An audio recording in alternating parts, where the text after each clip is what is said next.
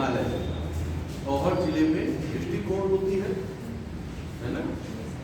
तो उस आधार पे जो है आज हम ये देखेंगे कि उच्च न्यायालय जो है जितने राज्य हैं, ऐसा नहीं कि हर राज्य में उच्च न्यायालय होगी। 2 राज्यों के 3 राज्यों के सम्मिलित उच्च न्यायालय भी है ना। केंद्र शासित प्रदेशों के आप देखेंगे उच्च न्यायालय नहीं है, एक दिल्ली को छोड़कर, है ना, दिल्ली का उच्च न्यायालय है। और ऐसे जो है आप ये देखेंगे कि कुछ न्यायालय जैसे 1861 में जो उच्च न्यायालयों की स्थापना की गई, आप उनको पढ़ाया गया होगा, जो 1861 का एक्ट में पढ़ाया गया है ना, 1861 का एक, 1892 का एक, ये सारे एक्ट आपने बताई वो पोल्ट्री में पढ़ाया गया होगा, तब भी आपको बताया गया होगा कि उच्च न्यायालय की क्या शक्तियाँ हैं, क्या कार्य हैं, क्या कार्य नहीं, है ना। उच्च न्यायालय के न्यायाधीशों की नियुक्ति कैसे की जाती है, उसकी क्षेत्र क्या, जैसे जिले न्यायालय से कोई मामला जब आपसे आगे बढ़ते हैं जिले न्यायालय के, तो होता है कि उच्च न्यायालय से इस मामले पर विचार किया जाए, आप उसके आगे बढ़ते हैं तो उच्च न्यायालय में जाते हैं। उच्च न्यायालय के बाद जब आप वहाँ से भी नहीं तो क्या होता है कि आप सुप्रीम कोर्ट में जाते हैं। अगर मतलब भी ये चीज़ें आप सुनते होंगे, जानते होंगे, तो प्रक्रियाएं इसी प्रकार से। और जब किंग काउंसिल जब आप इतिहास में पढ़ रहे थे तो सबसे उच्च न्यायालय किसका होता था, राजा का न्यायालय होता था ना। किंग काउंसिल आप ब्रिटिश पढ़ रहे थे ब्रिटिश काल में, तो उस समय भी किंग काउंसिल के विषय में चर्चा की जा रही थी। तो कुल मिलाकर के मोटी बातें ये है कि उच्च न्यायालय का गठन कैसे हुआ और इसकी कार्य प्रणाली क्या, इसी से संबंधित आपसे जो चीजें होंगी क्वेश्चन पूछे जा सकते हैं, है ना। अब इसी के आधार पर चलिए लिख लीजिए।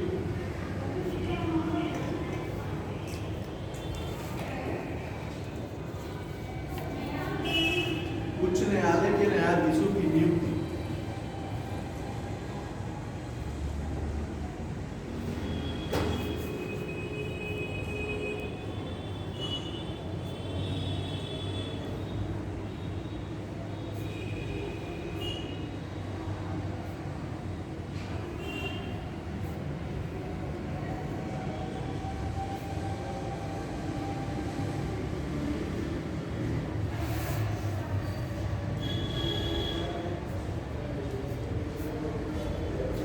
अब आप लोगों ने पढ़ा होगा पहले, यहाँ थोड़ा फोकस करेंगे उसके बाद आगे देखिएगा कि उच्च न्यायालय को ऑर्डर जारी करने की अधिकारता प्राप्त है। जैसे कुछ मामले होते हैं जैसे प्रारंभिक क्षेत्र की प्रथम दृष्टया उस मामले को उच्च न्यायालय में या सुप्रीम कोर्ट में ही क्या किया जाएगा, उठाया जा सकता है। कुछ मामले ऐसे हैं कि कहीं भी उठाया जा सकता है, कुछ मामलों अपीलीय न्यायालय, है ना। जैसे मूल अधिकार में आपने देखा होगा कि मूल अधिकार का जब उल्लंघन होता है तो आप देखोगे सुप्रीम कोर्ट की भी मूल अधिकारिता है और उच्च न्यायालय की भी मूल अधिकारिता है। दोनों के माध्यम से क्या की जाती है, रिटें जारी की जाती है। कितने प्रकार की रिटें जारी की जाती हैं, 5 प्रकार की जाती है। तो उन रिटों के बारे में आप लोग पढ़ के आए, लेकिन आप ये देखोगे कि सुप्रीम कोर्ट में जब उच्च न्यायालय के जब मूल अधिकार का हनन होता है तो उसमें क्या है, रिट जारी करना अनिवार्य है। लेकिन उच्च न्यायालय का इस मामले में क्या है कि दूसरा भी सुझाव आपको सुनाया जा सकता है। तो इस मामले में कहीं न कहीं ये देखने में आ जाता है कहीं न कहीं उच्च न्यायालय को अधिकार जाता है, लेकिन अधिकार उस रूप में नहीं, केवल मूल अधिकार से संबंधित 226 आर्टिकल 226 तथा इतर अधिकार की बात की है। आपको पोल्ट्री में भी जो उच्च न्यायालय पढ़ाया जा रहा होगा, सुप्रीम कोर्ट डिस्कशन किया गया होगा, वहां भी तो यहाँ ये देखना है कि प्रारंभिक क्षेत्राधिकार की प्रथम दृष्टया मामला वहीं पे उठाया जाएगा, कहाँ पे, उच्च न्यायालय में। फिर क्या है कि न्यायिक क्षेत्र में जो रिट जारी किए जा रहे हैं, जैसे मान लीजिए किसी अधिकार का उल्लंघन आपके हुआ, मूल अधिकार में जितने अधिकार हैं आप लोग पढ़ते आए हैं, जान रहे हैं, समानता का अधिकार, स्वतंत्रता का अधिकार, है ना, शोषण का, तो इन सारी चीजों को आप लोग वहां से दे करके आए। तो इन आधारों पे याचिकाएं दायर की जाती हैं और उस पर न्यायालय अपने निर्णय देते रहते हैं। उसके बाद अपीलीय क्षेत्राधिकार की, मान लीजिए कि आपके जिला न्यायालय में कोई मामला हुआ, अब वहां से आप संतुष्ट नहीं है, अब उस मामले को आप कहाँ अपील करेंगे, उच्च न्यायालय में करेंगे। उच्च न्यायालय के मामले से अपील कहाँ होगी, सुप्रीम कोर्ट में, सर्वोच्च न्यायालय में। तो पहले कहाँ से, पहले आप कोई मामला जब दायर करेंगे तो सीधे कहाँ जाएंगे? कुछ मामले ऐसे हैं कि प्रथम दृष्टया आपको कहाँ लेके जाना होगा? डिस्ट्रिक्ट कोर्ट में लेके जाना होगा। कुछ मामले क्या होगा कि आप उच्च न्यायालय में भी दायर कर सकते हैं, लेकिन उसकी क्राइटेरिया ऐसा नहीं कि हर मामले सीधे आप प्रथम दृष्टया पहुंच जाए सीधे कि हम उच्च न्यायालय में ही अपने मामले को दायर नहीं दायर। लेकिन कुछ ऐसे मामले हैं कि जिसे आप उच्च न्यायालय में दायर कर सकते हैं। तो उन आधारों पे वो आपके केस के ऊपर डिपेंड करेगा कि किस प्रकार का मामला है। उस मामले के आधार पर निर्धारण होगा कि वो मामले कहाँ पे दर्ज कराए जा सकते हैं। बात समझ आ रही है? तो आपका जो है प्रारंभिक क्षेत्राधिकार हो गया, रिट याचिकाएं हो गई, अपीलीय अधिकार हो गया आपका, पर्यवेक्षण का क्षेत्राधिकार कि जो है उसका पर्यवेक्षण करने का अधिकार, अगर आपका अधीनस्थ न्यायालयों के निर्णय को पलटने का अधिकार, उसके निर्णय को खंडित करने का, कि कोई नया निर्णय देगा, जैसे जिला न्यायालय के निर्णय को पलटने का अधिकार किसको है? बदलने का उच्च न्यायालय को है ना? तो उस पर विचार कौन करेगा? उच्च न्यायालय करेगा। अगर उच्च न्यायालय से संबंधित कोई मामला अगर आप आगे बढ़ाना चाहते हैं, अगर उस मामले में अपील दायर हो सकती है, उस मामले में केस वहां दायर हो सकता है, तो आप कहाँ जाओगे? सुप्रीम कोर्ट में जाओगे। लेकिन कुछ मामले ऐसे हैं कि जिसपे आपकी याचिका, आपकी जो है वहां दायर नहीं की जा सकती, आपके मामले वहां दायर नहीं किए जा सकते। लेकिन उसके क्राइटेरिया, उसके आधार है कि उन आधारों पर उस मामले को खंडित कर दिया जाएगा कि नहीं, ये आधार नहीं आपके यहाँ पे केस दायर करने के लिए, इसमें मुकदमा नहीं चलाया जा सकता। बात समझ आ रही है? जैसे होता नहीं कि नहीं, जो सुप्रीम कोर्ट में, हाई कोर्ट में जिले से कोई मामला निर्णय हुआ, मान लीजिए कि प्रतिपक्षी आपका लेके जा रहा है, वो हाई कोर्ट में, ये सुनने में भी आप सुनने भी होगा, सुनते भी होंगे कि मामला हाई कोर्ट में दायर ही नहीं हुआ, हाई कोर्ट ने उसको लेने से ही इनकार कर दिया, हाई कोर्ट ने उस मामले को दायर ही नहीं किया, खारिज कर दिया वहीं पे कि नहीं, इस मामले में जो है विचार नहीं किया जा सकता। बात समझ आ रही है? लेकिन वो डिपेंड करेगा कि कैसा मामला है, कैसे केस है, यहाँ से क्या निर्णय होके गया है, क्या लगा है, क्या क्या चीजें आपने वहां मेंशन कराया है, उसके आधार पे ही चीजें आगे बढ़ेगी, अन्यथा नहीं बढ़ेगी। बात समझ आ रही है? तो इन सारी चीजों पे अब आप देखते होंगे कि अभिलेख न्यायालय, सुप्रीम कोर्ट का भी अभिलेख न्यायालय है और आपके उच्च न्यायालय का भी अभिलेख न्यायालय है। तो अभिलेख न्यायालय क्या होता है?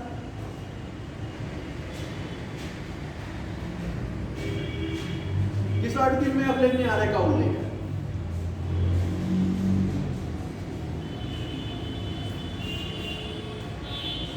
आर्टिकल 129 में आपके सुप्रीम कोर्ट के अभिलेख न्यायालय का उल्लेख क्या होता है? अभिलेख न्यायालय में ये होता है कि जो निर्णय दिए गए हैं वो अधीनस्थ न्यायालय या उच्च न्यायालय में उसके लिए साक्ष्य के रूप में रखे जाते हैं। बात समझ आ रही है? साक्ष्य का मतलब कि जो निर्णय दिए तो उसको एक प्रकार से नजीर मानते हैं कि इन्हीं आधारों पे हम जो है निर्णय देंगे और उसको क्या करेंगे, मानेंगे, उसके खिलाफ निर्णय नहीं दे सकते। समझ में आ रही है बात? जैसे आपने कहा होगा एकल न्यायालय का विभाजन तो है, सुप्रीम कोर्ट की क्या सर्वोच्च न्यायालय है और उसके निर्णय क्या होते हैं, पूरे भारत के संदर्भ में क्या होते हैं, लागू होते हैं, सभी पे लागू होंगे। ऐसा नहीं है कि कोई राज्य कहते कि नहीं सुप्रीम कोर्ट के निर्णय को नहीं मानेंगे। हर राज्यों को क्या हुआ, हर जितने उच्च न्यायालय हैं वो उसके खिलाफ कोई निर्णय या कोई ऐसे विचार या अपील नहीं कर सकते। बात में आ रही है? तो ये इन आधारों पे तो अभिलेख न्यायालय का यही होता है कि हो सकता है ये मानवीय भूल हो सकती है, जैसे कोई मामला विचार किया जा रहा है तो किसी बिंदु में हो सकता है कि ना विचार किया गया, ऐसा भी हो सकता है। तो इसीलिए फिर आपने कहा होगा कि रिव्यू मतलब पुनरीक्षी या पुनरीक्षी याचिका दायर की जाती है ना, कि उसमें पुनर्विचार करें कि हो सकता है कोई ऐसा मामला हो जो विशेष महत्व का मामला हो और उस पर विचार न किया गया हो, तो उन आधारों पर क्या होता है कि पुनर्विचार याचिका दायर की जाती है कि जिससे जो कमियां हुई हैं, जो चीजें भूली गई हैं, उन चीजों पे क्या हम लोग कर ले, सुधार कर ले। इसीलिए तो होता है भाई मानवीय है, हो सकता है उसमें हमारी में या जो जस्टिस से निर्णय कर रहे हैं उस समय ना विचार में आया, ऐसा भी तो हो सकता है। तो इसे मानवीय भूल के आधार पर मान करके इसमें पुनर्याचिका दायर किया जाए कि इसमें पुनः विचार रिन्यू कर दिया जाए, है ना, कि जिससे जो है किसी के साथ अनजस्टिस ना हो पाए। बात समझ आ रही है? ये आपको जब वहां पोलिटिक्स पढ़ाया गया हो तब भी इन चीजों पे डिस्कशन किया गया होगा। अगर क्लास लिए होंगे तो बताया गया होगा, जरूर बताया गया होगा। ऐसा नहीं है कि सुप्रीम कोर्ट और उच्च न्यायालय में विचार न किया जाए, पोलिटिक्स पढ़ाया जाए, राज्य व्यवस्था का डिस्कशन किया जाए और न बताया जाए, निश्चित रूप से कराया गया होगा। तो बात ये समझ में आ गई कि न्यायिक पुनरावलोकन, ये भी आप लोगों ने सुना होगा। न्यायिक पुनरावलोकन क्या होता है? दोबारा किसी केस को जैसे देखने के लिए दोबारा किसी केस तो पुनर्याचिका न्यायिक पुनरावलोकन की बात है। बताइए, सोचिए, न्यायिक पुनरावलोकन क्या है? बताया गया होगा, निश्चित रूप से बताया गया होगा। विचार करिए, अभी हो सकता है याद ही आ जाए, कुछ सोचेंगे विचारेंगे, नहीं आएगा तो उसको बताएंगे। अभी कल भी मैंने चर्चा इस पे किया है और कल ही बताया है, और आज फिर मैं उसी बात। देखिए, कुल मिलाकर के ये होता है कि न्यायिक पुनरावलोकन का मतलब ये होता है, चाहे केंद्र सरकार चाहे राज्य सरकार, वो संवैधानिक प्रावधानों से भीतर अगर कोई कानून या व्यवस्था बना रहा है तो क्या होगा, वहां तक उसकी बनाई गई नीतियां या नियम या कानून क्या हो जाएंगे, मतलब उसका कोई प्रभाव, वही चीज राज्यों में भी।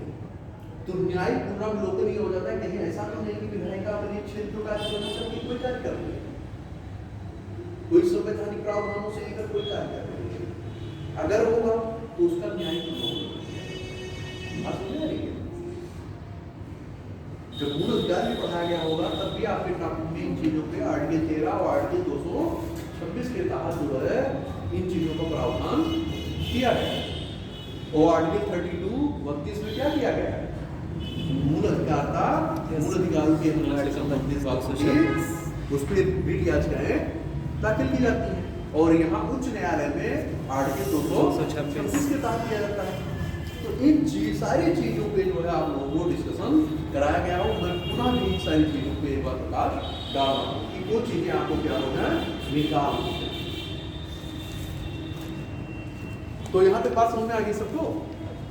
आगे बढ़ा जाए। न्यायिक पुनरावलोकन और न्यायिक समीक्षा दोनों अलग अलग। हाँ, केंद्र की अलग होगी, राज्य की अलग होगी। जैसे न्यायिक पुनरावलोकन और न्यायिक समीक्षा। समीक्षा देखिए, समीक्षा जैसे कोई चीज किया गया तो उसमें क्या हुआ कि कोई कमी और अच्छाई, समीक्षा जब कभी किसी भी बिंदु पर आप करोगे तो अच्छाई उसमें जो है पार्टी की दोनों तत्वों को देखा जाएगा। जब आप कभी करोगे, है ना, जब कभी भी समीक्षा हो किसी भी चीज, जैसे क्वेश्चन भी आपसे पूछा जाएगा कि समीक्षात्मक या समीक्षा के लिए आलोचना कीजिए, तो आलोचना में भी क्या होता है कि आप उन्हें क्रिटिसाइज करते हो किसी चीज को। अब ये होता है जब समालोचना आ जाती है, तो जब समालोचना आ जाएगा तो आपको बैलेंस लेना होगा, तब आपको क्या करना है, वो बैलेंस करना होगा।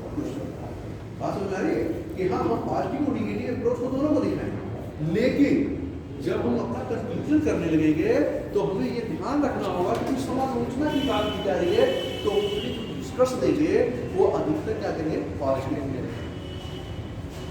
ऐसा नहीं कि दिखाना वो भी है, लेकिन नाम क्या हो गया, समालोचना। देखिए, शब्दों में अंतर आ रहा है, केवल ये समाज हो जाने से, वहां आलोचना हो जाए, क्रिटिसाइज करने से, तो दोनों में वही तत्व में आपको वो अंतर को समझना। अगर वहां पढ़ते हुए हल्की सी गलती हुई तो आपका अर्थ का, आपका आंसर का जो है पूरा आधार क्या हो जाएगा, बदल जाएगा, तो आप सही आंसर नहीं दे सकते। तो इन सारी चीजों पे ध्यान हमेशा रखिएगा, और इन शब्दों का महत्व है, यही आपके कीवर्ड्स को डिसाइड करता है आंसर राइटिंग, है ना। तो चलिए हम लोग क्या कर रहे थे, न्यायाधीशों की ये सारी चीजें मैंने आपको बता दिया कि न्यायालय के अधिकार क्या क्या चीजें हो सकती हैं, उन सारी चीजों को मैंने आपको बता दिया। और आपको पोलिटी में भी आपको लिखाया गया प्रारंभिक क्षेत्राधिकार क्या है, अपीलीय क्षेत्राधिकार क्या है, दिखाया गया होगा। आर्टिकल 131, 132 की चर्चा आई होगी, आर्टिकल 32 की चर्चा आई होगी, आर्टिकल 226 की चर्चा आई होगी, 129 की आई होगी, 215 की आई होगी। इन सारे आर्टिकलों का उल्लेख आपके सामने किया गया होगा, क्योंकि ये सारी चीजें क्या है आपके न्यायालय से संबंधित। आर्टिकल 137 से 126 है, ये सब न्यायालय से है ना। अब आर्टिकल 137, 138, 127, तो इन सारे आर्टिकल को जो है याद करना होगा। हमारी याद होने से काम चलेगा नहीं, ये याद रखने से तो आर्टिकल का काम चलेगा नहीं। याद तो आपको करना होगा, क्योंकि लिखना कैसे लिखेंगे, जब आर्टिकल होगा उस आर्टिकल के आधार पर चीजों को हम आगे क्या करेंगे, पुष्टि करेंगे। तो लिख लीजिए न्यायाधीशों की नियुक्ति का प्रावधान है।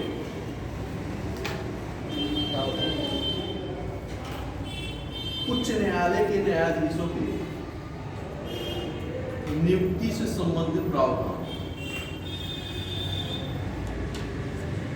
अब प्रावधान होगा तो इनके लिए एक बात यहाँ ध्यान रखें कि न्यायाधीशों की जब नियुक्ति की जाती है तो उनकी स्वतंत्रता भी होनी चाहिए।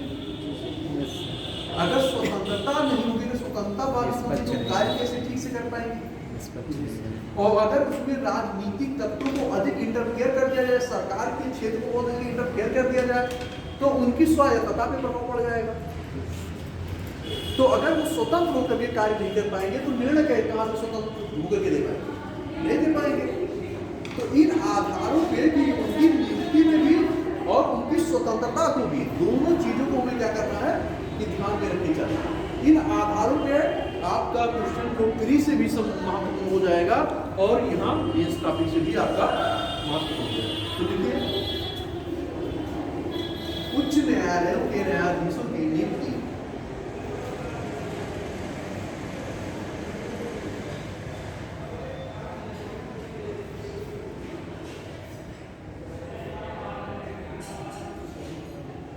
अनुच्छेद 217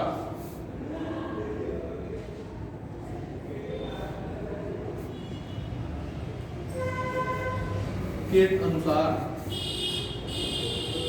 राष्ट्रपति द्वारा की जाती है।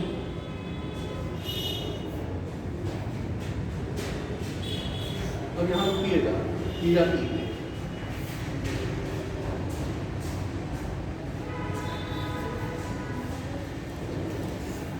आप बताइए कि यहाँ तो एक बात आपके दिमाग में आ रही होगी, मन में आ रहा होगा कि जैसे आपने पढ़ा कि राज्यपाल राज्य के कार्यपालक और सारी तत्वों का जो नियुक्ति कर रहा है, सारी संवैधानिक आयोगों की स्थितियों की, लेकिन यहाँ उच्च न्यायालय की जब बात आ रही है तो यहाँ क्यों राष्ट्रपति कर और डिस्ट्रिक्ट कोर्ट इसका प्रतिनिधित्व करते हैं राज्यपाल ना। राज्यपाल तो प्रतिनिधित्व करते हैं राज्य में राष्ट्रपति का ना। क्या करते हैं? प्रतिनिधित्व करते हैं उसका ना। किस चीज का? राष्ट्रपति का। राज्यपाल? राज्यपाल किसी राष्ट्रपति का प्रतिनिधित्व करेंगे? राज्य में तो वही है ना। नहीं, देखिए जो चीजें आप कहना चाह रहे हैं कह नहीं पा रहे हैं, बातें आप समझ रहे हैं लेकिन कह नहीं पा रहे हैं। देखिए, राज्यपाल जो होता है वो राज्य की कार्यपालिका का प्रमुख होता है और राष्ट्रपति क्या होता है कि राष्ट्र का जो है भारत के देश की कार्यपालिका का जो है प्रमुख होता है। यहाँ जो कार्य किए जाएंगे वहाँ राष्ट्रपति के नाम से किए जा रहे हैं, यहाँ राज्यपाल के नाम से किए जाएंगे। और जो प्रतिनिधित्व की बात होती है, प्रतिनिधित्व किसी देश में आप होते हैं, नेतृत्व, जैसे प्रतिनिधित्व और नेतृत्व दोनों में अंतर होता है। बात देखिए, शब्दों पे ध्यान रखिएगा, प्रतिनिधित्व और नेतृत्व दोनों में अंतर होता है। बात समझ आ रही है? क्योंकि चीजों को अगर आप यहाँ नहीं समझ पाएंगे तब आप जो है फिर समझ नहीं पाएंगे, आंसर भी तब फिर आप सही से नहीं दे पाएंगे। जब आपको राष्ट्रपति जब प्रेसिडेंट पढ़ाया जा रहा होगा तो उस समय आपको इन चीजों को बताया गया होगा कि प्रतिनिधित्व किन आधारों पे और नेतृत्व किन आधारों पे, है ना। लिखिए, उच्च न्यायालय के मुख्य न्यायाधीश की नियुक्ति, नीचे लिखिएगा, नीचे लाइए, राष्ट्रपति द्वारा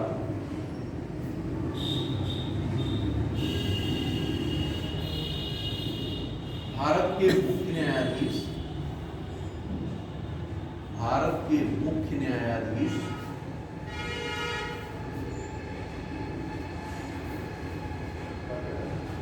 संबंधित राज्य के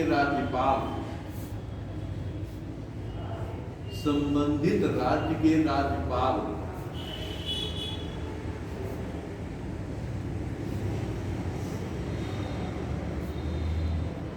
से परामर्श के बाद की जाती है, मतलब परामर्श करने के बाद की जाती है। यहां तक बात समझ में आ रही है ना कि नहीं समझ में आ रही? नीचे लिखिए, अन्य न्यायाधीशों की नियुक्ति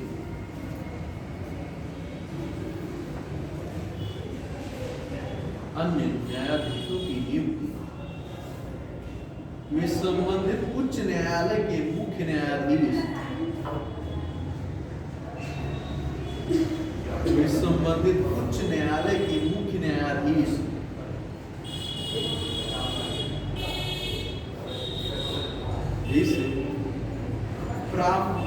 से परामर्श करके किया जाता है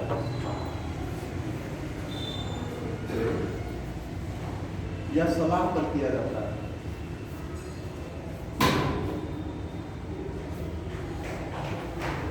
नीचे लिखिएगा, दो या अधिक राज्यों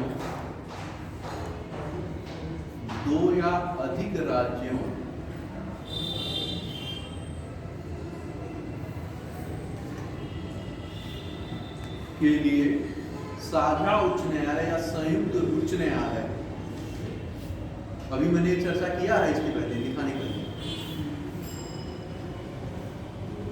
उच्च न्यायालय में नियुक्ति के विषय में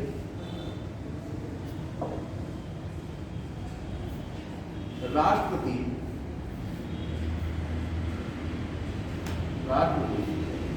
सभी संबंधित राज्यों के राज्यपालों से परामर्श करता है।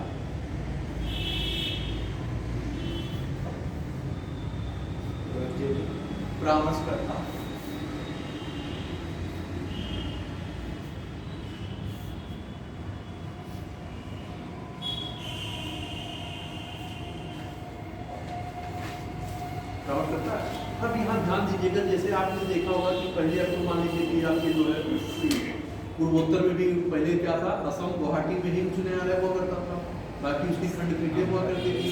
लेकिन अब पूर्वोत्तर में भी क्या है कि कुछ राज्यों में और न्यायालयों की स्थापना कर दी गई है। बात समझ आ रही है?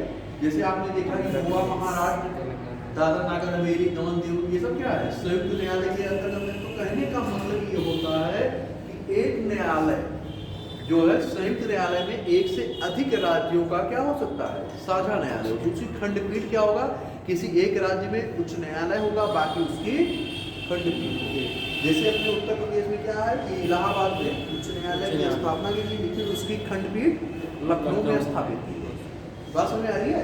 तो इसी प्रकार से जो है, जो संयुक्त न्यायालय होगा, जो कई राज्यों से संबंधित होगा, तो उनमें क्या होगा, किसी एक स्थान पे उच्च न्यायालय की स्थापना की जाएगी, बाकी राज्यों में क्या हो जाएंगे, उसकी खंडपीठ।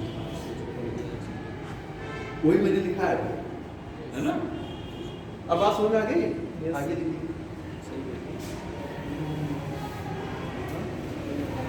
नीचे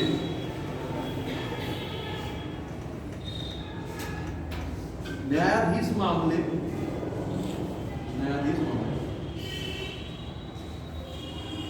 में उच्चतम न्यायालय ने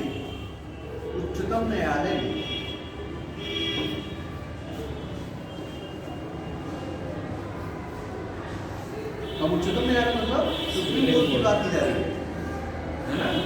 चाहे उच्चतम कहा जाए चाहे सुप्रीम कोर्ट बात कहा जाए, बात एक ही है। उच्चतम न्यायालय ने यह व्यवस्था दी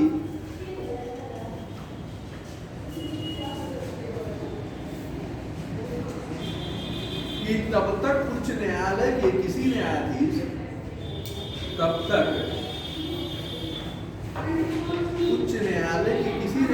की नियुक्ति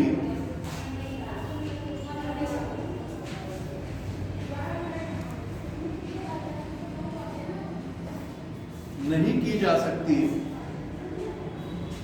नियुक्ति नहीं की जा सकती जब तक वह राय के अनुरूप ना हो, जब तक कि वह राय के अनुरूप ना हो।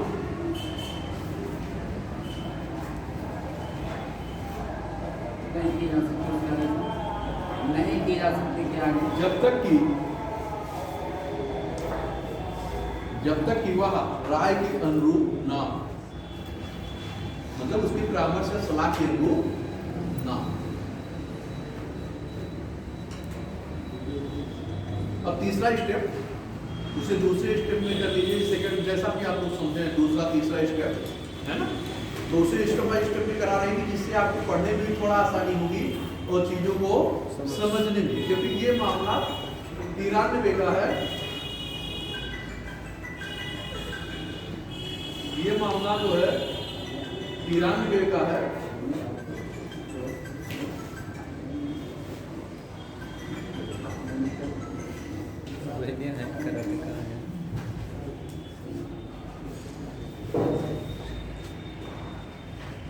यह मामला जो है 93 का है।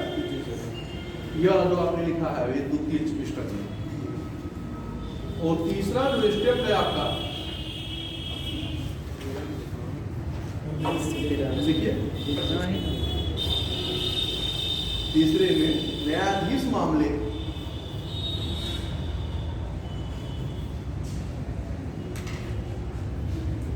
1998 ऊपर वाला 93 का मामला था है ना, नीचे लिख लीजिएगा क्या खत्म हुआ 93 1993, इसके ऊपर वाला जो आपने लिखा है।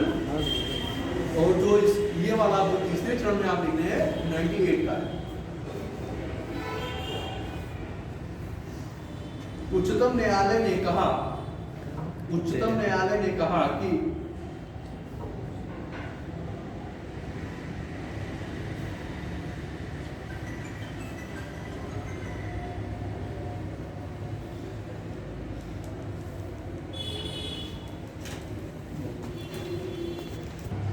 कहां तक लिखा है, उच्च न्यायालय की न्यायाधीश की नियुक्ति पर उच्च न्यायालय के मुख्य न्यायाधीश को लिखा है कि नहीं? न्यायाधीश उच्चतम न्यायालय ने कहा कि उच्च न्यायालय के न्यायाधीशों, देखिए उच्च न्यायालय के न्यायाधीशों, उच्च न्यायालय के न्यायाधीशों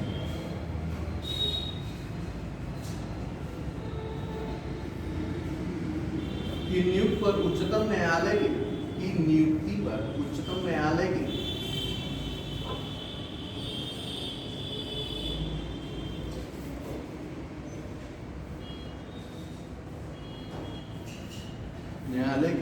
मुख्य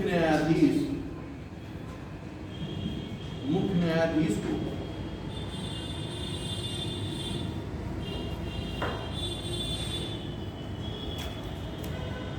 दो वरिष्ठतम न्यायाधीशों से परामर्श करना चाहिए।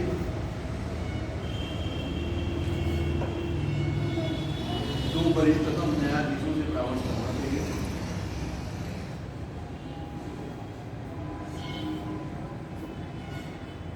नीचे लिखिएगा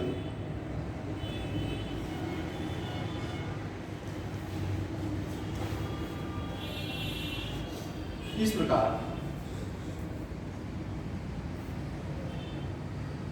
अकेले भारत के मुख्य न्यायाधीश के राय से, इस प्रकार अकेले मुख्य न्यायाधीश की राय से परामर्श की क्रिया पूरी नहीं होगी।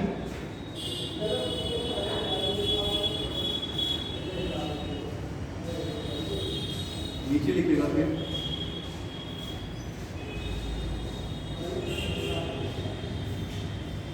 99वें संविधान संशोधन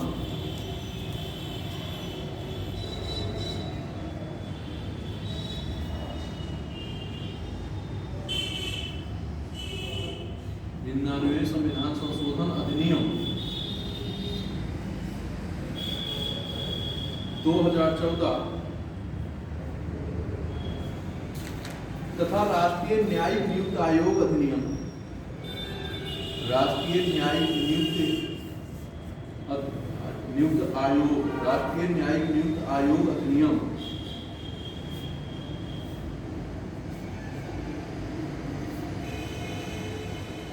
2014 द्वारा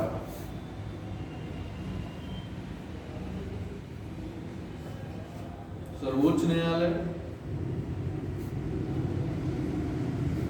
तथा उच्च न्यायालय के न्यायाधीशों की नियुक्ति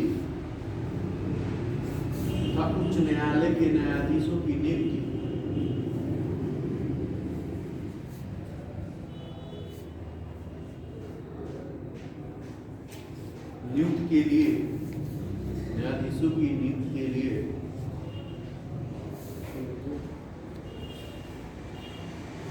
कार्यरत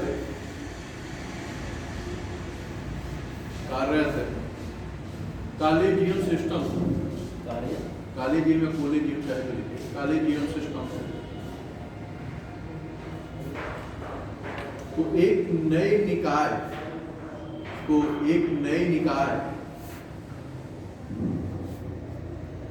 राष्ट्रीय न्यायिक नियुक्त आयोग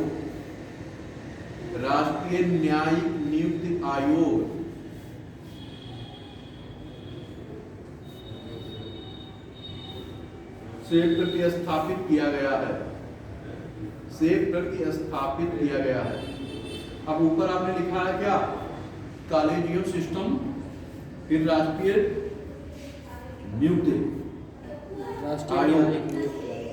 न्यायिक नियुक्त आयोग। तो इसको क्या किया जा रहा है? इस अधिनियम जो किया गया संशोधन से क्या किया जा रहा है? क्या किया जा रहा है? प्रतिस्थापित किया गया है ना। आगे लिखिए, हालांकि 2015 में जो इवेंटमेंट हो रहे हैं आगे जैसे तो उस चीज को जो है करा दिया जा रहा है ना। कि जैसे क्या है कि कुछ चीजों को आप लोग अपने आंसर को लिखते समय दे दिया करिए, है ना। जैसे सारी चीजें तो याद रहेंगी तो अधिकतम है, अगर नहीं है तब भी जिससे आप लिख सके आंसर। 2015 में सर्वोच्च न्यायालय ने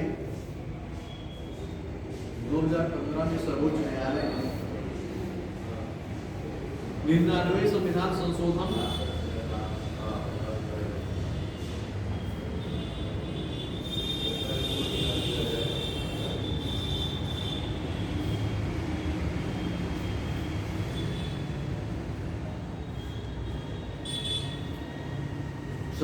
तथा अब जो आपने लिखा था राष्ट्रीय न्यायिक नियुक्त आयोग लिखा था ना, उसी को आप लिख लीजिए, राष्ट्रीय न्यायिक नियुक्त आयोग, राष्ट्रीय न्यायिक नियुक्त आयोग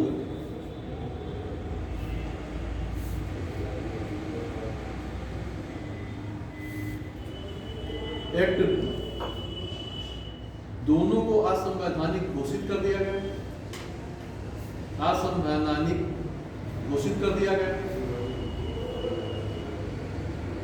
अब ये देखिए लिख लीजिए, मैं आपको बताते हैं। परिणामतः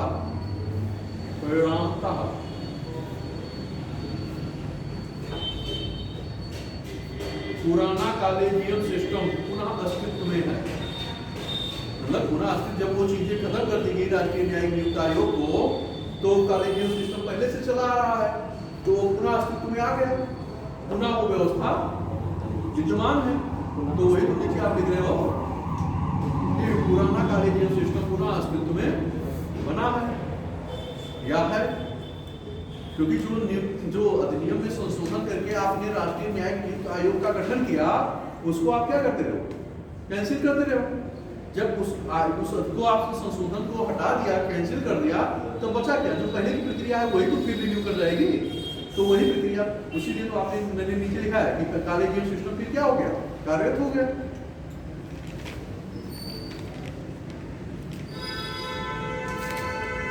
अब उच्चतम न्यायालय की स्वतंत्रता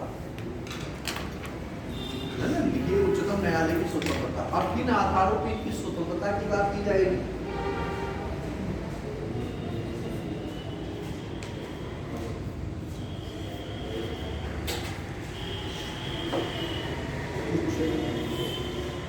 उच्च न्यायालय की स्वतंत्रता, उच्च न्यायालय को उच्चतम न्यायालय उच्चतम न्यायालय कौन सी होता है? उच्चतम न्यायालय तो वैसे सर्वोच्च है, उसको कौन क्या कहेगा? तो क्योंकि आप पढ़ रहे हैं उच्च न्यायालय की स्वतंत्रता।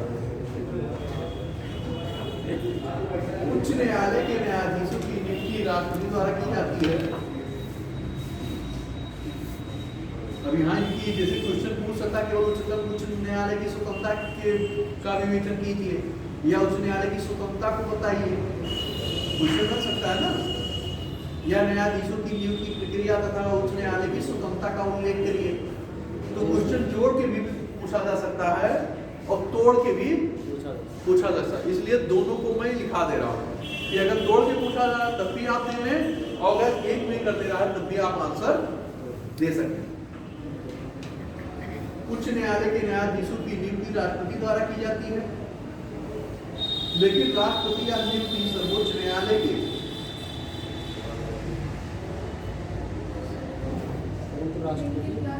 यह नियुक्ति राष्ट्रपति सर्वोच्च न्यायालय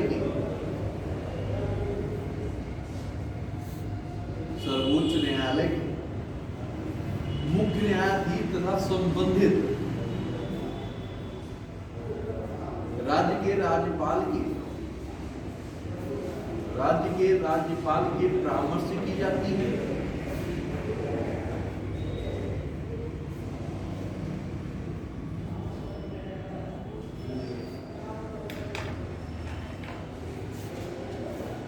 नीचे लिखिएगा।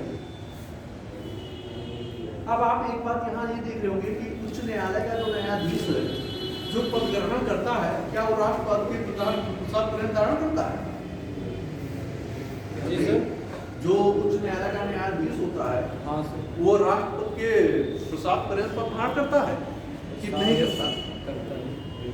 प्रसाद पर्यंत जैसे उसको शपथ हाँ दिलाया सर, हाँ जाता है। सर, करता है। हाँ? 65 वर्ष उच्च यहाँ ध्यान दीजिए, सुप्रीम कोर्ट की बात नहीं हो रही है, उच्च न्यायालय का। करता है। तो उच्च न्यायालय में कहा राष्ट्रपति आता है शपथ ग्रहण कराने? किसी भी उच्च न्यायालय में राष्ट्रपति आता है? नहीं जाता, राज्यपाल जाता है। ये हमारे कहने का मतलब, इसीलिए इसको लिखाया है। लिखा ही नहीं भी नहीं लिखा है तो लिख लीजिए। उच्च न्यायालय के न्यायाधीश, लीजिए, उच्च न्यायालय के न्यायाधीश, नीचे लिखिएगा, राष्ट्रपति के प्रसाद पर्यंत पद धारण नहीं करते या शपथ ग्रहण नहीं करते। राष्ट्रपति के प्रसाद पर्यंत नहीं होते।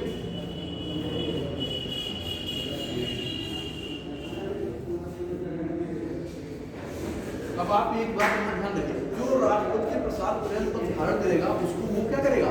हटा सकेगा। लेकिन जो उसके प्रसाद पर्यंत पद धारण नहीं करेगा वो उसको क्या करेगा? हटा नहीं सकता। वहां पे कैसे हटाया जाएगा? क्या प्रक्रिया अपनाई गई है? महाभियोग जैसी क्या प्रक्रिया अपनाई गई? विधानमंडल द्वारा से। महाभियोग जैसी हाँ, ये बात सही है। वहां पे महाभियोग की प्रक्रिया को अपनाया जाएगा। महाभियोग मतलब 2/3 बहुमत से प्रस्ताव क्या होना चाहिए?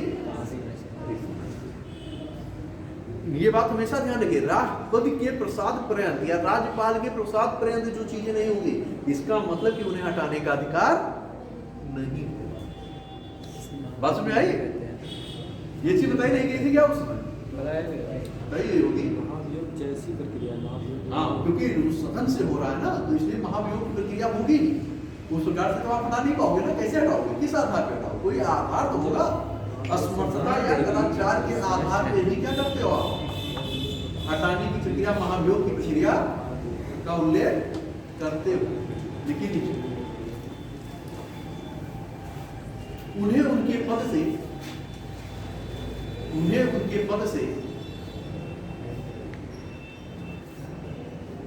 महाभियोग की प्रक्रिया द्वारा ही हटाया जा सकता है।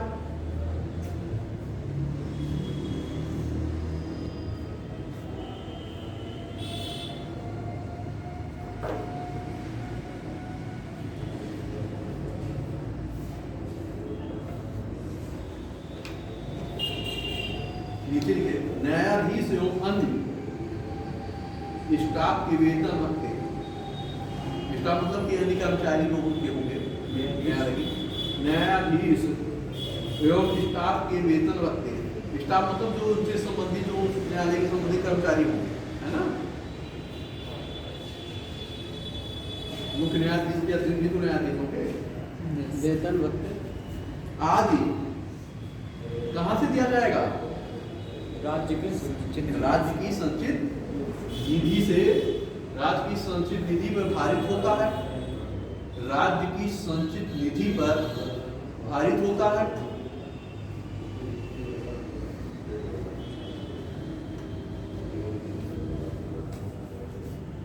उन पर विधानमंडल में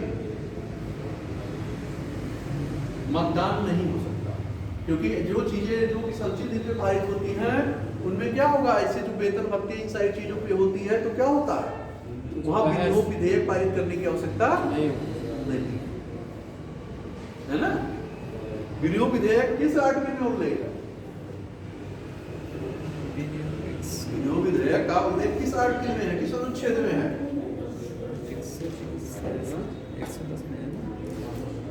110 में 110 में क्या है? 110 में वो है कि विधेयक की बात की गई है।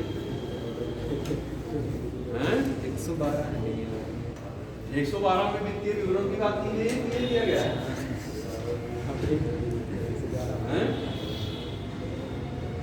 आर्टिकल 114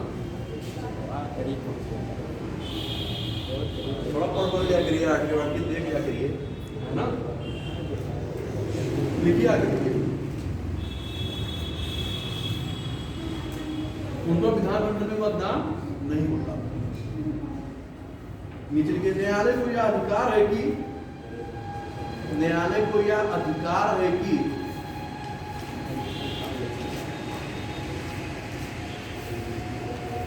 वह अपनी अवमानना के लिए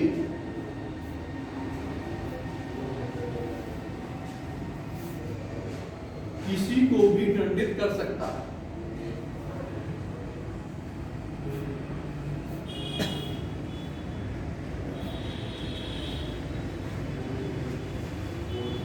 किसी को भी दंडित कर सकता है। फिर नीचे लाइन चेंज करके देखिए, उच्च न्यायालय के न्यायाधीशों के आचरण पर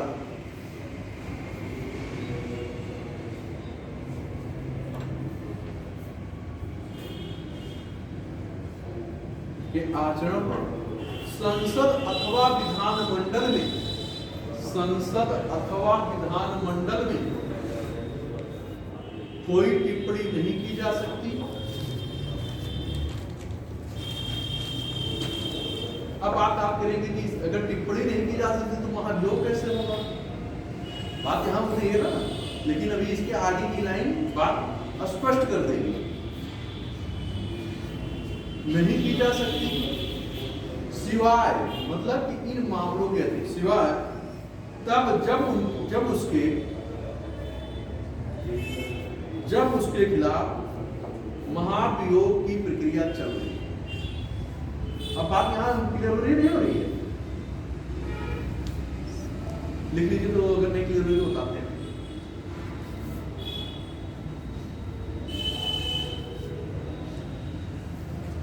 जो हमने लिखा है इस लाइन का समझ में आ रहा है कि नहीं आ रहा है? हाँ, आ रहा है। सर एक लाइन है कि किसी को भी दंडित कर सकता है, मतलब तो न्यायालय की अवमानना, जैसे उसने कोई आदेश दिया आपको प्रस्तुत होने के लिए, आप उसके आदेश का पालन नहीं कर रहे हो, तो ये न्यायालय की अवमानना होता है कि आपने उसके दिए गए आदेशों का पालन नहीं किया। तो जब आपने न्यायालय के आदेश का पालन नहीं कर रहे तो न्यायालय दंडित नहीं करेगा। तो वही होता है न्यायालय की अवमानना। जैसे कि सर अगर राज्यपाल के लिए कोई दायर याचिका की जाती है, देखिए राज्यपाल में उसमें दो मामले हैं। जब आपको पढ़ाया गया होगा राष्ट्रपति और राज्यपाल, तो उसमें ये कहा गया कि उनके किए गए कार्यों पे जो है कोई किसी प्रकार का विचार नहीं किया जाएगा। लेकिन सिविल मामले को छोड़कर दीवानी मामले, इस सारे मामलों में क्या होता है, उनकी व्यक्तिगत हैसियत या इन सारी चीजों पे मामलों पे क्या होगा, पहले सूचना देनी पड़ती है। सूचना दे करके चीजें बढ़ाई जा सकती है। अच्छा, तो उसकी कंडीशन है कि जो उनके द्वारा किए गए कार्य हैं उनके पद पर जब तक वो कार्य किए गए हैं वो कार्य क्या होगा, निष्प्रभावी नहीं होगा, वो कार्य क्या होंगे, मान्य रहेंगे। बात समझ आ रही है? जब वहां पढ़ाया गया बताया गया होगा आपको। चलिए आगे चीज न्यायालय का सेवानिवृत्त न्यायाधीश, जैसे जब रिटायर होगा तो सेवानिवृत्ति तो कहेंगे। जी सर। न्यायालय का सेवानिवृत्त न्यायाधीश उस न्यायालय में बहस अथवा कार्य नहीं कर सकता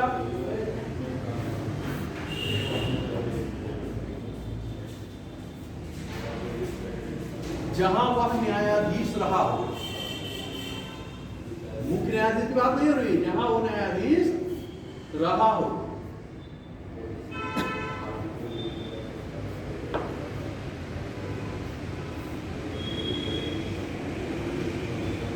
लिखिए उच्च न्यायालय के न्यायाधीशों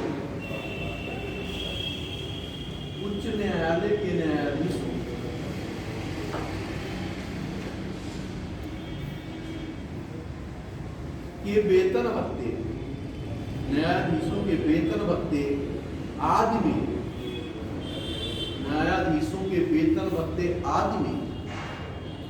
अलाभकारी परिवर्तन नहीं किया जा सकता।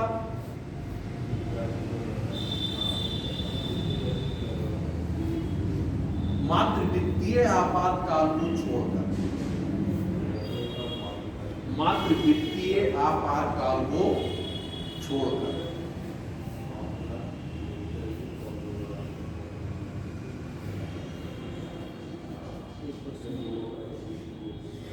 सर एक क्वेश्चन और सर, जैसे कि वित्तीय आपातकाल को छोड़कर सर, लेकिन सर अगर कोई मतलब कहीं पे राष्ट्रपति शासन लगता है या आपातकाल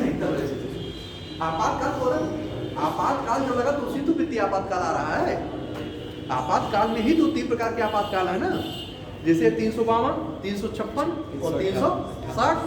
कल भी इस पर चर्चा कल आपने ऐसे क्या कल भी इस पर चर्चा हुई थी। तो कहने का मतलब क्या है कि आपने पढ़ा होगा कि न्यायाधीशों का वेतन जो है वित्तीय आपात या अन्य सारी उस मुद्दों को छोड़कर बाकी किसी भी कंडीशन में क्या होगा कि उसमें परिवर्तन। बात समझ में आई?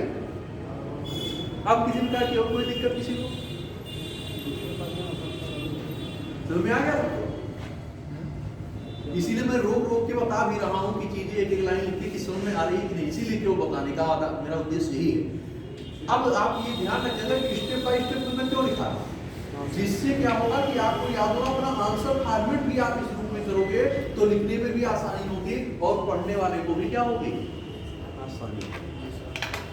और जब पूरा पैसेज एक ही पैसेज होगा तो पढ़ने में क्या होगा, चीजों को नहीं याद करोगे, है ना। और इस प्रकार छोटे छोटे उसमें रहेगा तो क्या होगा, याद होने में आसान। बाकी आपने जो है नियंत्रक महालेखा परीक्षक, अटॉर्नी जनरल, इन सारी चीजों को तो बहुत अच्छी तरह से पढ़ के आए। वही चर्चा जो है यहाँ भी है, तो इस पर चर्चा करने की कोई जरूरत मैं नहीं समझता। तो आगे हम लोग बढ़ते हैं अगले बिंदु पे।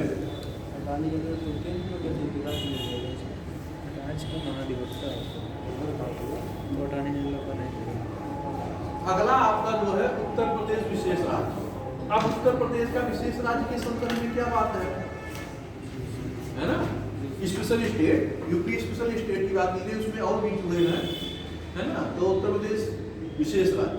अब विशेष राज्य अगर है तो इसका मतलब कोई बात, विशेष राज्य की कोई विशेषता होती होगी। जैसे आपने ये देखा होगा कि राज्यों में जो है जो अनुदान दिए जाते हैं, जो ऋण दिए जाते हैं, आप ये देखे हुए कि केंद्र सरकार किन राज्यों को अनुदान अधिक देती है, किन राज्यों को अनुदान कम देती है। अभी कल भी मैंने चर्चा किया था इस बिंदु में, आज भी कर रहा हूँ। और जो है किन राज्यों को जो है ऋण की मात्रा क्या होती है, अधिक किस आधारों पर दी जाती है ना, और किनको ऋण कम दिए जा रहे हैं, उसके भी पीछे कारण है। कल सारी चीजों को मैंने डिस्कशन किया था, इस पे सारे मुद्दों पे मैंने चर्चा की है। तो बताइए किन आधारों पे जो है स्थान दिए जाए? पढ़ाया भी गया होगा अंदर, वित्त आयोग भी पढ़ाया गया है, आर्टिकल 280 का। कल वित्त आयोग पे हम लोगों ने चर्चा की थी।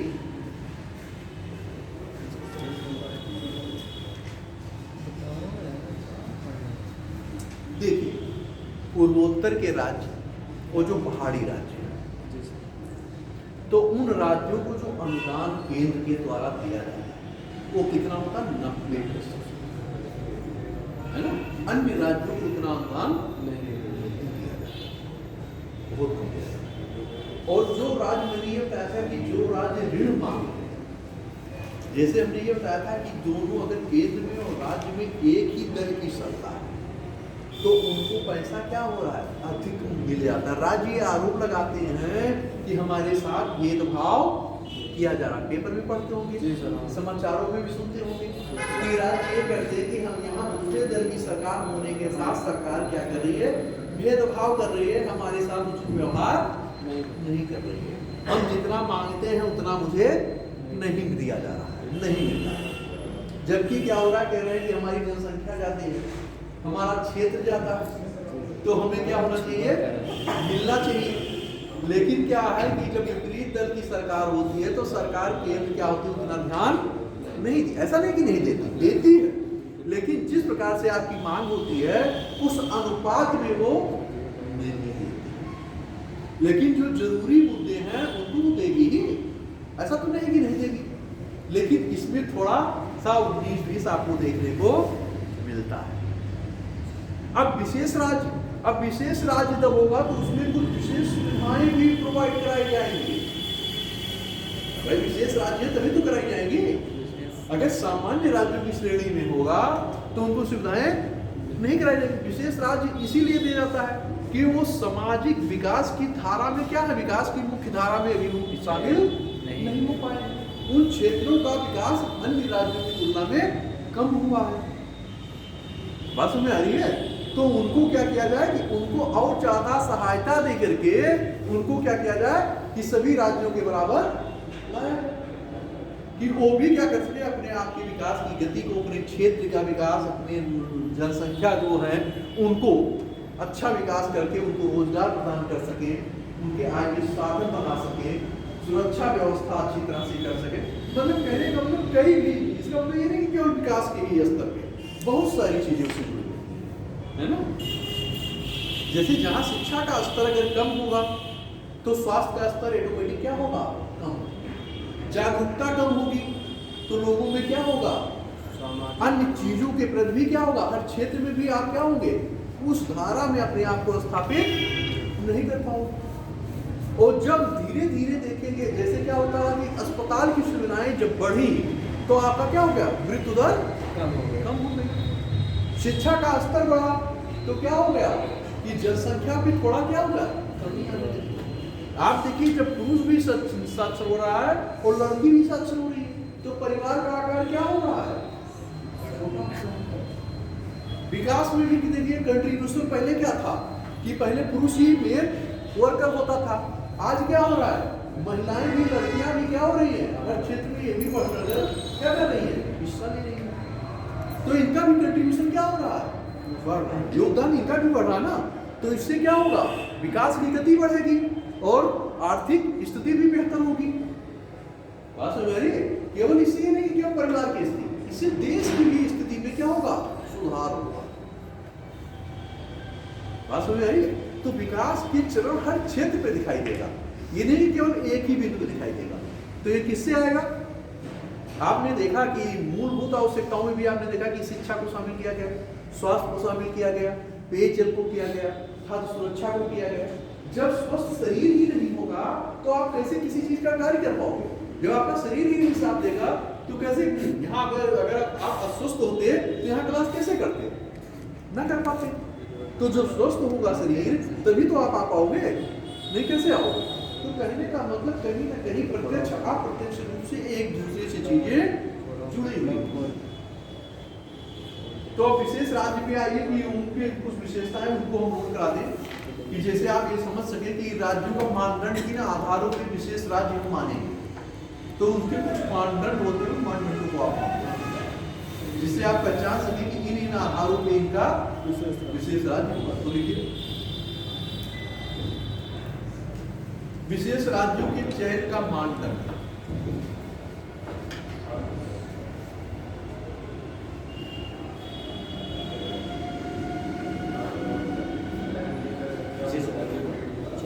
विशेष राज्यों के चयन का मानदंड या आधार कुछ भी लिखेंगे कि किन किन आधारों पे हम इन्हें जानने का प्रयास करेंगे। कोई आधार होगा तभी तो जानने का प्रयास होगा। लिखिए अब यहाँ हम उक्त लिखाएंगे तो उक्त मतलब किसी भी क्षेत्र का, भाई किसी एक क्षेत्र का तो होगा नहीं, या किसी एक राज्य का। तो लिखिए उक्त क्षेत्र का पहाड़ी इलाका और दुर्गम क्षेत्र में।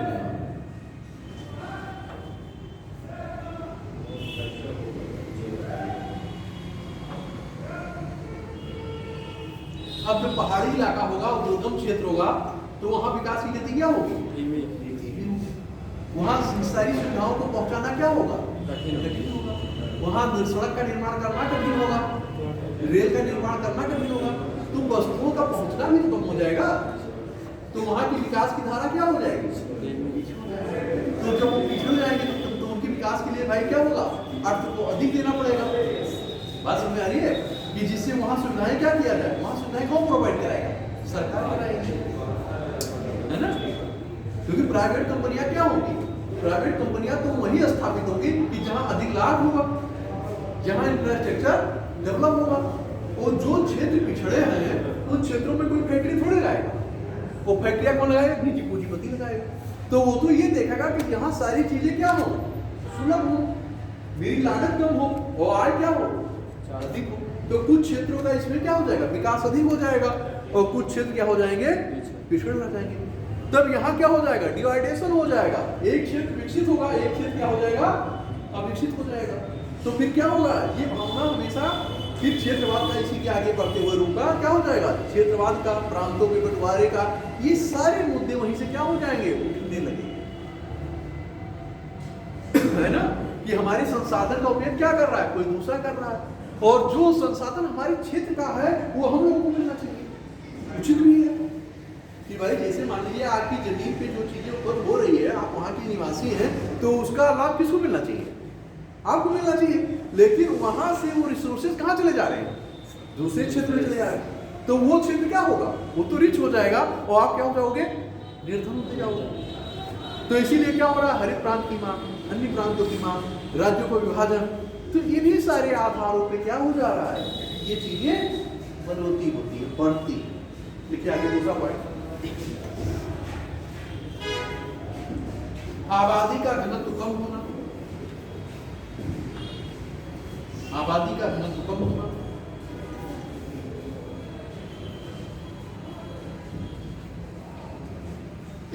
जनजातीय आबादी का अधिक होना।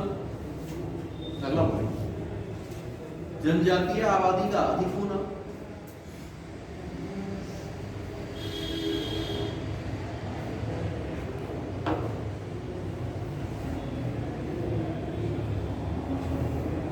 देखिए जनजातीय आबादी का अधिक होना। अगला, पड़ोसी देशों से लगे सामरिक क्षेत्र में स्थित होना। पड़ोसी देशों से लगे सामरिक क्षेत्रों में स्थित होना, मैं सुरक्षा के देशों से। आर्थिक एवं आधारभूत। अगला, आर्थिक एवं आधारभूत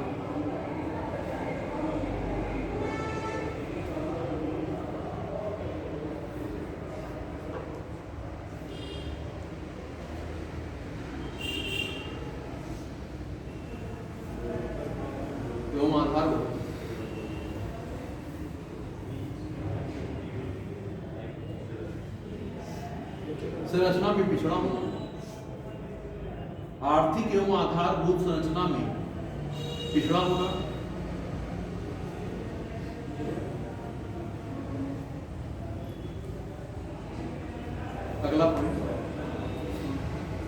राज्य की आय की प्रकृति का, राज्य की आय की प्रकृति का निर्धारित ना होना,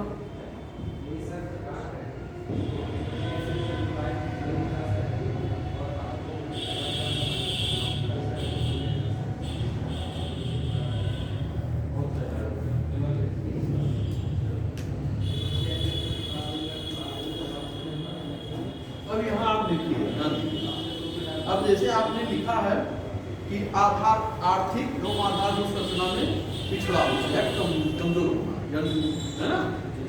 अब आधारभूत संरचना में क्या क्या चीजें होती है? निर्माण उद्योग वगैरह।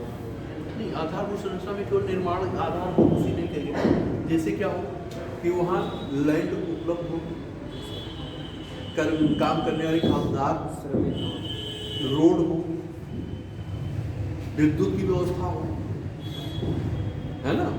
कहने का मतलब ये सारी चीजें, सुरक्षा व्यवस्था हो, ये सारी चीजें किसमें आ जाती हैं? आधारभूत संरचना में आती है। जैसे उस क्षेत्र में अगर सड़क नहीं होगा, रेल मार्ग नहीं होगा, तो परिवहन लागत क्या हो जाएगी? बन जाएगी। आपने देखा होगा उद्योगों का केंद्रीकरण, उद्योग केंद्रीकरण। अब केंद्रीकरण क्यों हो रहा है? कोई कारण हो? कारण ये है कि देखिए कुछ उद्योग दूर क्षेत्रों में भी स्थापित हो जाते हैं, लेकिन ये होता है कि श्रम, मान लीजिए सस्ता है, मान लीजिए मजदूरी, श्रम का मतलब मजदूरी, तो श्रम यह मान लीजिए कि उस परिवहन की तुलना में सस्ता पड़ रहा है, मतलब परिवहन लागत मान लीजिए 100 रुपये आ रहा है, उस श्रम से मुझे बचत हो रही है 150 रुपये। तो क्या हो गया? श्रम सस्ता है, परिवहन की लागत की तुलना में श्रम से क्या हो रहा है? अधिक आय मिल जा रही है। तो उन क्षेत्रों में तो क्या है कि कंपनियां लग सकती हैं, लेकिन यदि श्रम में 10-5 रुपए का अंतर आएगा तब फैक्ट्री थोड़ी जाएगी, तब कोई उद्योग वहां थोड़ी होगा, नहीं होगा। तो इसलिए कुछ क्षेत्रों में क्या होता है कि आधारभूत संरचनाएं क्या है? उपलब्ध, वहाँ एनर्जी है, ऊर्जा है ना, ऊर्जा की प्लांट नहीं है, ऊर्जा की व्यवस्था नहीं, बिजली नहीं है, उन क्षेत्रों में लाइट आई नहीं रहा, तो काम धंधे कैसे होंगे? रास्ता है ही नहीं है, तो ट्रांसपोर्टेशन सिस्टम कैसे होगा? सामान का आवागमन कैसे होगा? रॉ मटेरियल कैसे आएगा? वहाँ रॉ मटेरियल मिल रहा है, नहीं मिल रहा, कच्चा माल मिल रहा है कि नहीं मिल रहा? पता चल रहा है कच्चा माल वहाँ आसानी से मिल जा रहा है, सस्ते रेट पे मिल जा रहा है, पता चला दूर से ला रहे हो, आप खरीद कर ला रहे हो, फिर पता चला उस कच्चे माल को वहाँ से खरीद के ले जाने में लागत वहाँ बढ़ जा रही है। तब जब इन सारी चीजों की लागत यदि बढ़ जाएगी तब उद्योग स्थापित करोगे? नहीं करोगे। फिर दूसरी चीज, मान लीजिए ये भी ठीक है, चलो ये हो गया। दूसरी चीज क्या है कि वो क्षेत्र अशांत है, मान लीजिए नक्सलाई बेल्ट है, मान लीजिए कि आतंकवाद से संबंधित क्षेत्र है ना, असुरक्षा हमेशा बनी हुई है। पता चल रहा है कौन आकर गुंडा टैक्स मांगने लगे, कौन आकर के जो है अपना कंपनी के ऊपर कह रहा नहीं मुझे पहले इतना दे दो, काम करने देंगे। अब वहाँ सुरक्षा व्यवस्था चाहिए, तो सुरक्षा व्यवस्था कौन? सरकार के द्वारा सुरक्षा व्यवस्था क्या कराई जाए? प्रोवाइड कराई जाए। तो किसी भी चीज को स्थापित करने के लिए एक तत्व नहीं होते, बहुत सारे कारण, और उन सारे कारणों को देख करके ही क्या होता है? उद्योग स्थापित होंगे। जैसे आपने देखा कि पहले तटीय राज्य जो है अधिक विकसित हुए, और जो बीच के मध्य के क्षेत्र से जो वो राज्य क्या हो गए? पिछड़ गए, क्योंकि वहां परिवहन सुविधाएं नहीं, वहां बंदरगाहों की क्या थी? कमी थी। आप देखेंगे इतिहास के काल से कि गुजरात में आप देखिए तटीय राज्य, महाराष्ट्र को देखिए, पश्चिम बंगाल को देखिए, तो जो कहने का तात्पर्य है कि इन सारे राज्यों में विकास क्यों हो गया? केरल के कोच्चि को देखिए, तो जहां जहां ये तटीय राज्य हो गए वहां इनकी विकास की गति तेजी से बढ़ी, और जो बीच के क्षेत्र है आपके वहां पे विकास की गति क्या हो गई? धीमी हो गई। वहां व्यापार आप देखें कि वहां व्यापार, वहां से व्यापारिक गतिविधियां नहीं हो रही। तो व्यापारिक गतिविधियां नहीं हो रही तो मुद्रा का आगमन कैसे होगा? नहीं होगा ना। तो जब मुद्रा का आगमन नहीं होगा तो सशक्तिकरण कैसे आएगा? नहीं आएगा ना। तो इन सारे आधारों के आप ये चीज देख सकते हैं कि वो क्षेत्र क्या हो जाएगा? पिछड़ जाएगा। तो इसीलिए विशेष राज्य के दर्जे में क्या कर दिया गया कि इन सारी चीजों के आधार पर आप मान सकते हो कि ये राज्य क्या है? पिछड़े हुए हैं। अब क्या होगा कि अगर ये पिछड़े हैं तो इनको कुछ अनुदान दिया जाए। अनुदान का मतलब कि इसके बदले में आपको कुछ देना नहीं है। तो अगर मान लीजिए 100 रुपए में आपको 90 रुपया दान हो गया तो आप मजबूत हो जाओगे। भाई 10 ही रुपए तो वापस करना होगा, 90 तो फ्री मिल रहा है। तो क्या होगा, इससे विकास क्या होगा, बढ़ेगा। वहां की सुविधाएं, आधारभूत सुविधाएं क्या होगी, बढ़ेगी। जब आधारभूत सुविधाएं बढ़ेंगी तो क्या होगा, पूरे समाज पे उसका प्रभाव पड़ेगा, उस पूरे क्षेत्र पर उसका प्रभाव पड़ेगा, और फिर उसी से क्या सारे क्षेत्रों में प्रभाव पड़ेगा। केवल एक विशेष में नहीं, हर क्षेत्रों पे उसका प्रभाव पड़ेगा। और जनता को क्या, वहां की जनसंख्या को क्या मिलेगा, शिक्षा मिलेगी, स्वास्थ्य संबंधी सुविधाएं होंगी, रोजगार से संबंधित सुविधाएं होंगी। तो जो आपकी स्थिति सुदृढ़ होगी तो आपका विकास होगा कि और पीछे आप जाओगे और ज्यादा आगे क्या होगी। मान लीजिए कि आपके घर में 10 रुपया नहीं है, बच्चे की फीस देने की नहीं है, उसके ड्रेस की व्यवस्था नहीं, किताब की व्यवस्था नहीं है, तो आप विद्यालय के बच्चों में से नहीं भेज पाओगे ना। चाह करके भी क्या है कि आपके पास वो सुविधाएं प्रोवाइड करने की क्षमता नहीं है। और जब आपके पास वो सुविधाएं आ जाएंगी, वो क्षमता आ जाएगी, तो क्या करोगे, अच्छी विद्यालय में बच्चों को पढ़ भेजोगे। तो ये तो मैं एग्जाम्पल दे रहा हूँ कि मतलब कहने का मतलब कि इन्हीं सारे आधारों पे आप इन चीजों को समझ सकते हैं कि किस प्रकार से इन सारे मानकों को आप देख सकते हैं। तो इतना कर लिया ना। अभी कोई दिक्कत किसी को, कहीं किसी को दिक्कत है कि आगे बढ़े, समझ में आ गई ना।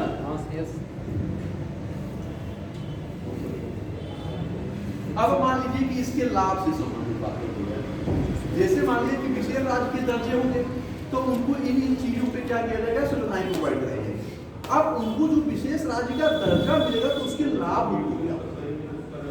तो डन लिखिए, आगे लिखिए, नेक्स्ट टॉपिक पे, नेक्स्ट जो है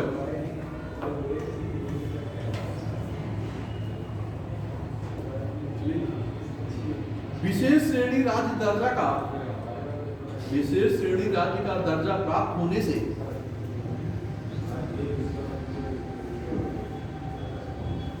लाभ। अब क्या क्या लाभ, जैसे अगर विशेष श्रेणी का राज्य होगा तो इसके लाभ भी होंगे कुछ, तो उन लाभों के विषय में भी जानना जरूरी है। यहाँ तक तो हम लोगों ने देख लिया कि किन किन आधारों पर पिछड़े, तो उनको क्या है कि विशेष सुविधाएं दी जानी चाहिए। अगर विशेष सुविधाएं नहीं देंगे तो विकास की मुख्यधारा में नहीं आ पाएंगे। तो इसलिए जैसे आप यहाँ देखिए आरक्षण दिया गया, क्यों दिया गया, इसलिए कि ये पिछड़े हुए हैं, इनको इन आधारों के सामाजिक आर्थिक रूप से क्या है, पिछड़े हुए हैं, इनको समाज की मुख्य धारा में लाने के लिए क्या किया, सहयोग दिया, है ना। तो उसी आधार पे आपको क्या करना होगा कि इनके आधारों पे क्या करना होगा कि इनको सपोर्ट किया जाए, सहयोग दिया जाए। फिर सहयोग देने से क्या लाभ मिलेगा उस क्षेत्र को, बात समझ आ रही है। तो लिखिए, इसके नोट करिए। भारत के कुछ राज्यों को, भारत के कुछ राज्यों को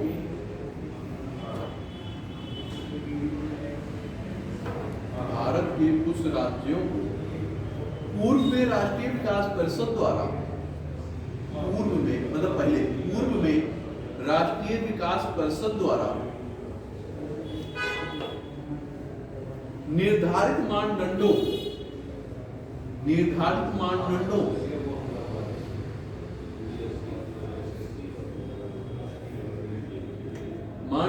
के अनुसार विशेष श्रेणी राज्य का दर्जा प्रदान किया गया है।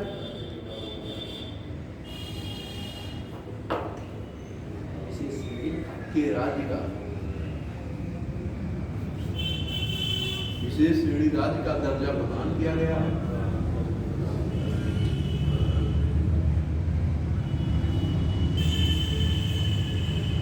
जिससे कि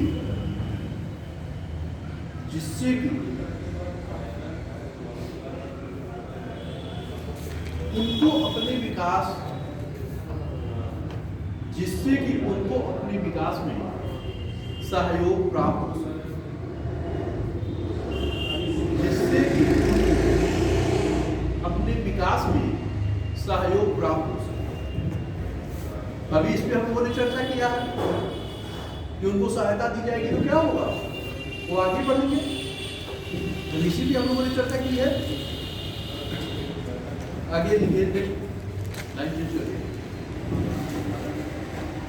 राष्ट्रीय विकास परिषद के प्रावधानों के अनुसार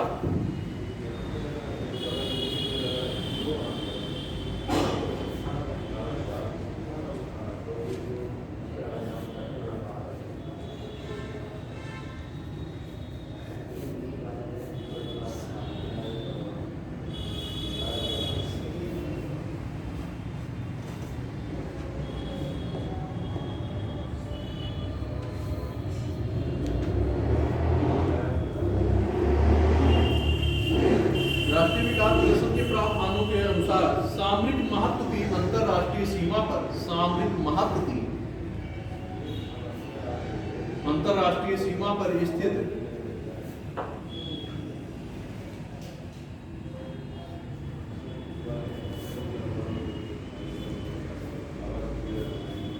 ऐसे पहाड़ी राज्यों को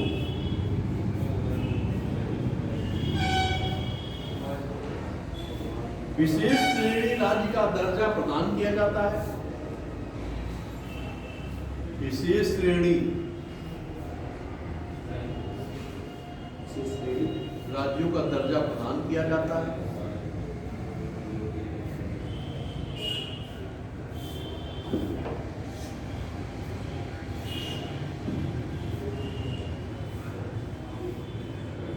जिनके पास स्वयं के संसाधन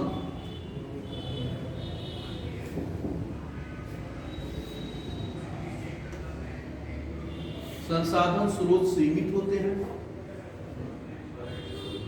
संसाधन स्रोत सीमित होते हैं। अभी सारी चीजों की चर्चा हुई है, वही लिखा भी रहे जो चर्चा हम लोग की है।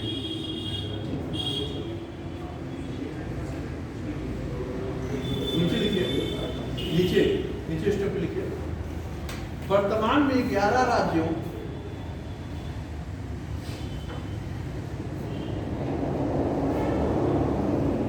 अरुणाचल प्रदेश, असम, जम्मू कश्मीर, अब केंद्र शासित है ना जम्मू कश्मीर,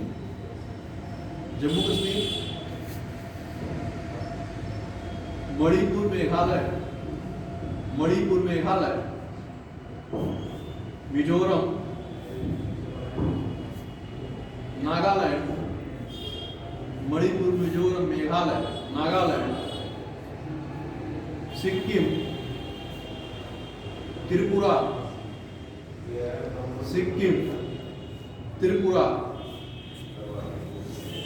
हिमाचल प्रदेश और उत्तराखंड को विशेष श्रेणी राज्य का दर्जा प्राप्त है।